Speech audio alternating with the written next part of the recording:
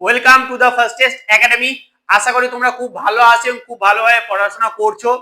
আজকের এই ভিডিওটা খুবই গুরুত্বপূর্ণ, কারণ অনেকে সঠিকভাবে জানেই না যে মাধ্যমিকে আমি কত নাম্বার পেলে আর্মি অগ্নিবীরে অ্যাপ্লাই করতে পাবো। এটা অনেকে সঠিকভাবে জানে না, কারণ রুলস চেঞ্জ হয়েছে, নিয়মে পরিবর্তন হয়েছে, তো অনেকে জানেই না। তো আজকে কিভাবে ফর্ম ফিল আপ করবে, কত নাম্বার লাগবে, কত পার্সেন্টেজ লাগবে, কত পার্সেন্ট থাকলে কি আমি অ্যাপ্লাই করতে পারবো, কিভাবে করব, এই ভিডিওটাতে সম্পূর্ণ সমস্ত কিছু তোমরা জানতে পেরে যাবে। জাস্ট ভিডিওটা প্রথম থেকে শেষ পর্যন্ত দেখবে, এক জায়গায় স্কিপ করবে না, নাহলে হয়তো ভুল ভুল ইনফরমেশন তুমি জানতে পারবে। তাই বলছি যে ভিডিওটা প্রথম থেকে শেষ পর্যন্ত দেখবে এবং এই ভিডিওটা সবাইকে শেয়ার করে দিবে, কারণ অনেকেই কিন্তু জানে না তথ্য, অতএব তারা কিন্তু ভাবছে যে আমি ফর্ম ফিল আপ করতে পাবো না। তো এটা তোমাদের দায়িত্ব যে কি হ্যাঁ, যারা ভয় পাচ্ছে যে আমার এই নাম্বার আছে, ওই নাম্বার আছে, স্যার আমি ফর্ম ফিল আপ করতে পারবো কি পারবো না, এইসব একদম ভাববে না। তো আজকের এই ভিডিওটা দেখে না, সম্পূর্ণ ডাউট ক্লিয়ার করে দাও এবং 27-এর জন্য তুমি কিন্তু ভালোভাবে পড়াশোনা শুরু করে দাও। তার আগে আমি তোমাদের একটা কথা বলি, যে যারাই ভাবছে যে 27-এ তুমি তোমার এই যে স্বপ্ন, তোমার যে ওই যে ইউনিফর্মটা তুমি তোমার মানে পড়তে চাইছো, তুমি দেশ সেবার জন্য তোমার নিজের স্বপ্ন পূরণ করতে চাইছো, তাহলে কিন্তু এই একটা ব্যাচ, যে ব্যাচটা 1 বছরের জন্য তুমি পেয়ে যাবে মাত্র 549 টাকা দিয়ে।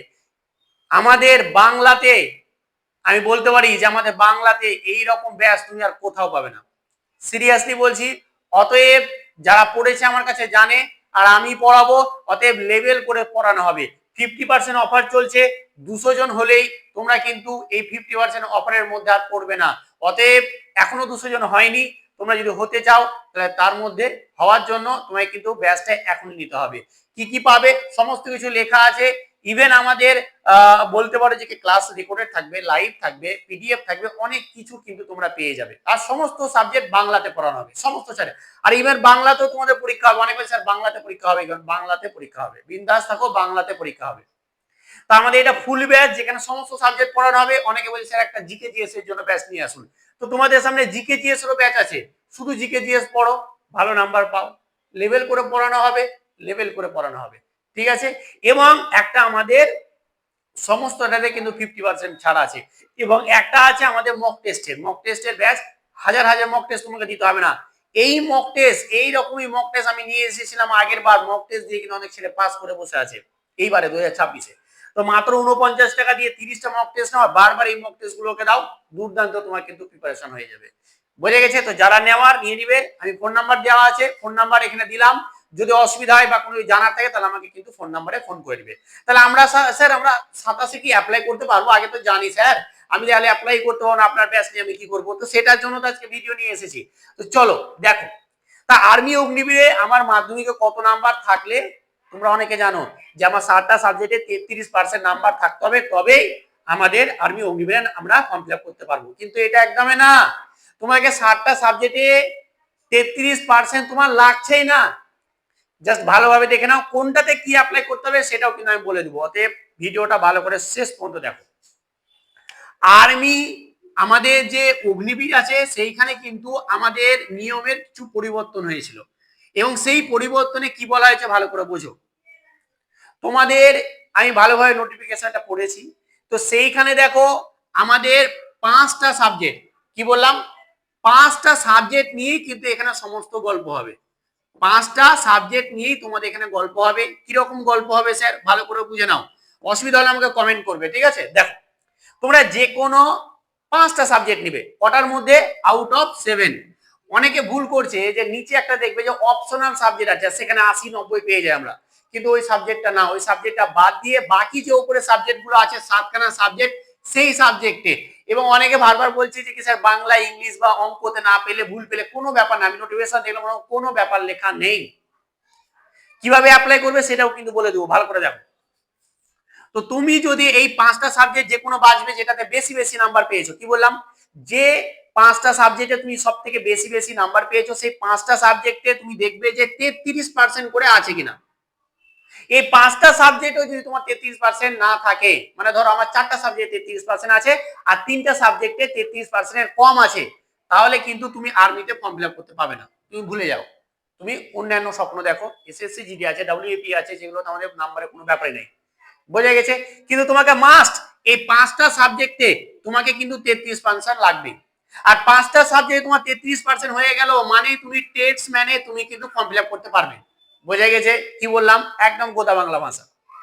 তোমার 5টা সাবজেক্টে তোমার 33% হয়ে গেছে মানে তুমি টিডিএস এ টেক্সট ম্যানে তুমি ফর্ম ফিল আপ করতে পারবে। এরপরে তুমি আর কিসে করবে না করবে সেটা পরের ব্যাপার, কিন্তু এটা তো করতে পারবে। এবার এই যে 5টা সাবজেক্ট তুমি বেছে নিয়েছো, সেই 5টা সাবজেক্টে দেখছো যে তোমার 45% এর 45% বা তার বেশি 45% বা তার বেশি নাম্বার হচ্ছে, তাহলে তুমি টেস্টম্যান তো পাচ্ছই, তার সাথে সাথে তুমি জিডিটাও অ্যাপ্লাই করতে পারবে। তার সাথে সাথে তুমি জিডিটাও অ্যাপ্লাই করতে পারবে। তার মানে কি, যাদের 45% হচ্ছে এই 5টা মিলিয়ে এবং 33% প্রত্যেকটা মিলিয়ে হচ্ছে, তারা কিন্তু আমাদের জিডি এবং টেস্টম্যান অ্যাপ্লাই করতে পারবে। কিন্তু স্যার আমার 33% 5টাতে হচ্ছে, কিন্তু আমি টোটাল মিলিয়ে দেখছি যে আমার 40% হচ্ছে, কি বললাম, টোটাল মিলিয়ে আমার 40% হচ্ছে, তখন তুমি কিন্তু জিডি অ্যাপ্লাই করতে পারবে না, কিন্তু তুমি টেস্টম্যান অ্যাপ্লাই করতে পারবে। বোঝা গেছে? এবং যারা জিডি এবং টেস্টম্যান অ্যাপ্লাই করতে পারবে তারাকে বলবো যে টাকা পয়সা যাই লাগুক তোমরা কিন্তু দুটোতেই অ্যাপ্লাই করবে, ঠিক আছে? তোমরা দুটোতেই অ্যাপ্লাই করবে। এই ভুল অনেকে করে কিন্তু এটা করবে না। এবার আমি একটা কথা বলি যে স্যার আমরা ফর্ম ফিল আপ করতে পারছি না বা হয়তো যেখানে আছি সেখানে বুঝতে পারছি না, সেখানে যে বলবে যে না স্যার আমাদের নিয়ম পরিবর্তন হয়ে গেছে, যে 5টা সাবজেক্ট নিয়ে তুমি ফর্ম ফিল আপ করবে মানে নাম্বার বেশি আছে সেই 5টা সাবজেক্ট নিয়েই কিন্তু ফর্ম ফিল আপটা করবে। বোঝা গেছে? এই নিয়ে কোনো রকম জটিল বিষয় নেই। তবুও একটুখানি আমি তোমাদেরকে বলে দিই যে কি অঙ্ক, ইংলিশ, সায়েন্সের যে পার্টগুলো সেগুলো যদি থাকে তাহলে ওগুলো ধরো অনেকের আমার প্রত্যেকটাতেই আমার 33% আর প্রত্যেকটাতেই আমার 50%-এর উপর বেশি, তাহলে আমি কোন 5টা নিব স্যার? তখন আমি বলবো যে তুমি ইংলিশ এবং অঙ্ক এবং সায়েন্সের যে পার্টগুলো আছে সেগুলোকে আগে আগে নিবে। বোঝা গেছে কি বলেছি? ধরে নাও যে আমার 7টা সাবজেক্টে 50-এর উপরে পার্সেন্টেজ আছে, তাহলে আমি আগেই নিব কোনগুলো, ইংলিশ নিব, অঙ্ক নিব, ফিজিক্যাল সায়েন্স নিব, লাইফ সায়েন্স নিব, তারপর হয়তো বাংলা সাবজেক্ট নিব আমার। তো এই রকম ভাবে সাজাতে হবে ব্যাপারটা। আশা করি বুঝতে পেরেছো। এরপরেও যদি তোমাদের কোনো ডাউট থাকে তাহলে আমাকে কমেন্ট করবে, আমি চেষ্টা করবো তোমাদের আরো ভালোভাবে তোমাদেরকে সহজভাবে বুঝিয়ে দেওয়ার। বাট আমি যেটুকুটা বলে দিয়েছি তোমাদের আশা করি কোনো রকম আর ডাউট নেই। বোঝা গেছে তো? এরপরে যদি তোমরা আদার্স কোনো কিছুরই ভিডিও চাও তোমরা কমেন্ট করবে, আমি তার উপরে ভিডিও নিয়ে চলে আসবো। আর ভিডিওটা আজকে কেমন ছিল, কেমন লাগলো, অবশ্যই তোমাদের অনেকের ডাউট ক্লিয়ার হলো কিনা তোমরা অবশ্যই একটু কমেন্ট করে জানাবে যে হ্যাঁ স্যার স্বস্তি পেলাম আপনি ভিডিওটা করে দিলেন, মানে এরকম একটু কমেন্ট করে জানাবে এবং প্রত্যেকে একটু শেয়ার করে দেবে।